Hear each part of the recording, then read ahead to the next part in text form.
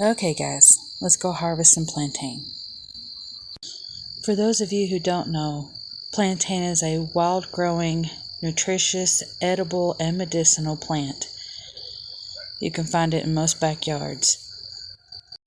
If you're not sure what it looks like, go back and look at some of my plant identification videos.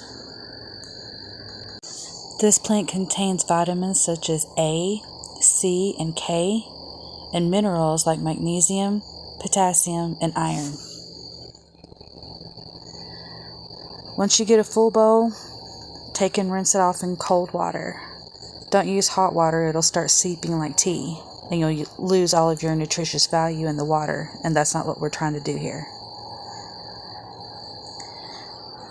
Let it rinse in cold water for a few minutes, and then let it drip dry on a towel. They don't have to be completely dry because you're going to put them in a dehydrator. This is just to rinse off any bug residue, or in my case, chicken residue. After they've dried a little bit, place them in the dehydrator.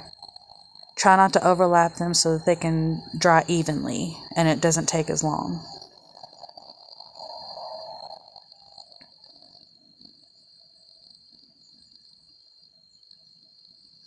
This is a Nesco dehydrator. It doesn't have any gauges, so I don't know how hot it goes, so I have to constantly watch the time and keep check of my herbs when I dry them like this.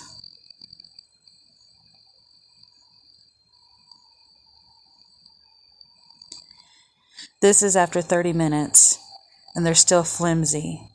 You want them to be dry and brittle like a potato chip.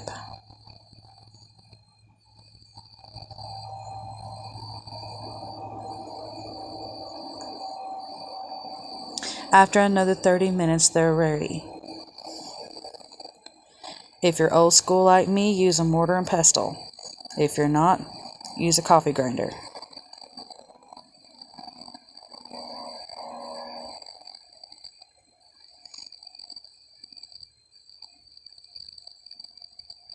It doesn't have to be powder small.